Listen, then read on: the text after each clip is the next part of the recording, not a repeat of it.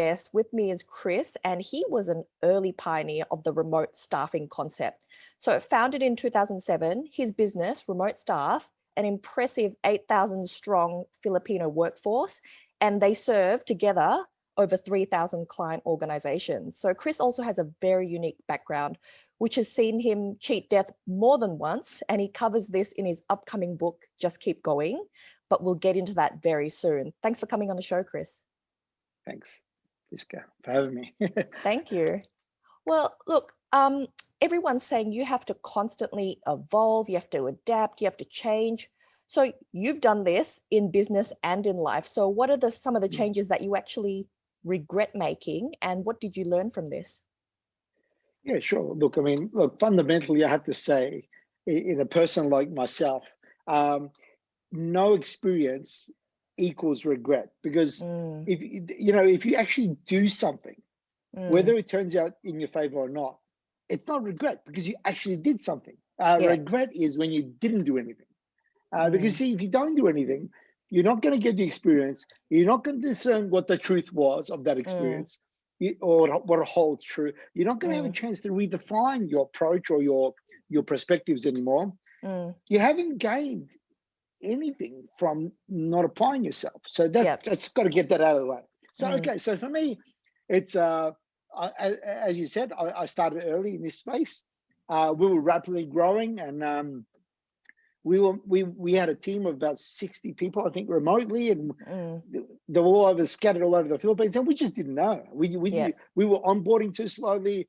We were struggling to manage the team. I just broke the business from a little core team to this now departmentized operation. And all of a sudden, my departments became solos, and they weren't speaking to each other. And my managers were just dealing with problems over and over. No one was really actually managing. Yep. And I was just like going, man, I was sharing these problems to my friends, and all my friends that I was sharing to are all bloody big businessmen who've got offices. And they don't know how to advise me on this problem. And so they said, mate, you're not a real business until you're in the office. What are you doing? And I had heaps of these guys tell me, listen, Chris, just bring them in the office is so much more easier.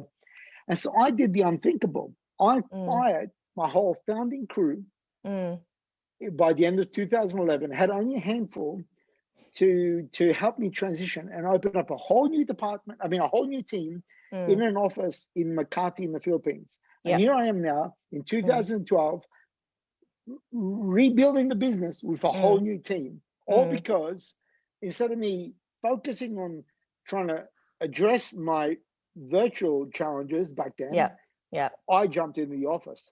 Wow, what a fascinating experience that was, because then I woke up to this whole other disaster called now you got people sit. I just thought you just put people that sit together, explain what the roles are, and tell them what to do, and they should do it. But I had no idea that Mary was hired for Jenny to support, and this interlink was all broken. It was not there, and that was it. So the moment the culture, there was underlying tensions and fights, and it was just I wasn't prepared for the cultural shock of it all as well. It was when you're working remotely with people like I do from the Philippines, the culture shock is less, because the culture behavior amongst Filipinos, where they don't want to speak up in a group, for example, or if there's certain things that they do that they won't conduct themselves that much when they're working remotely with fellow colleagues. But when they're in an office, politics and that conduct is escalated. It's a different set of problems. And for 4 years, I was running remotely, and then I come into the office for 9 years, and thank God I'm remote again. But thank you, COVID. Thank you, COVID. For 9 years, though, I'm delighted that I've had that experience. I can't believe it that I finally, after all that time, I finally got the operation going. And then we went remote again. Wow, big learning. And so, let's talk about your book. Superstar athletes, executive coaches, SAA crew, every man and his dog says mindset is king, mindset is king. But what does that mean? And how do you get that mindset? How did you develop that mindset of just keep going? Yeah, look, I mean, my upcoming book, Just Keep Going, A Dream, an Illness, an Extraordinary Life, is basically, it all happened when I had the brain operation, second brain operation, where a tumor had to be removed from this side and then from the left hemisphere. So there were two tumors smack in the middle of the head. The first tumor burst. And then all of a sudden they went from an operation that was supposed to be like, there's 100 different type of brain operations you can have. And so I went from an operation that, you know, in, out, should be fine, to all of a sudden half my body not working, 8 months of rehab, 2 months bed down, couldn't talk, couldn't breathe, couldn't do anything, had to be looked after for the first 30 days, couldn't even wipe my own bum. It was wow, like, that's insane. All out. Like, and so when you're in that situation, it took me 2 months just to wake up to the reality that this is done. It can't be changed. You're in this circumstance. If I was to look left, my eyes would spin left. If I was to look right, and so on. It was really, my balance was affected. I couldn't imagine not being able to walk and talk anymore. You walk into the operating room and then you get put on a stretcher and put to a rehabilitation center because you can't use it. It's unfit for you to even go home. So that was my experience. After the 2 months of me making micro improvements that I wasn't able to notice, my wife was. Like, imagine being bed down, being paralyzed almost, and then realizing, well, my wife realized that, you know, one day she puts a straw in my mouth, next day she notices I tilt for the straw. She's like, Chris, you see, made an improvement. Progress, Progress. And she kept reminding me of these things. And here, because I was like grieving verbally, I thought it was better to be dead than to go through what I went through. It was that extreme. I was emotionally, spiritually, physically, emotionally shattered. Like, it was a disaster. And so it all became, after the 2 months, like I said, all this little progress, and I was making progress here and there, I just realized I had this massive list that I was obsessing about, the problems, the challenges. My nerves were not working properly on the right side. Half my tongue doesn't work. My tone deaf. I mean, I was completely deaf. Now I'm tone deaf in my right ear.